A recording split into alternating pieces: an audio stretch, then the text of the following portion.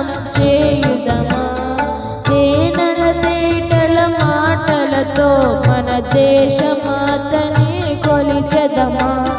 భావం భాగ్యం కూర్చుకొని ఇక జీవనయానం చేయుదమా.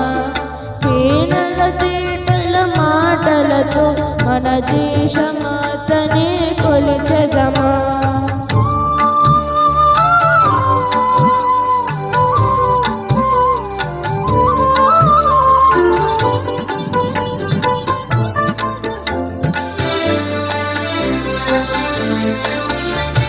సాగర మేఘల చుట్టుకొని సురగంగ చీరగా మలుచుకొని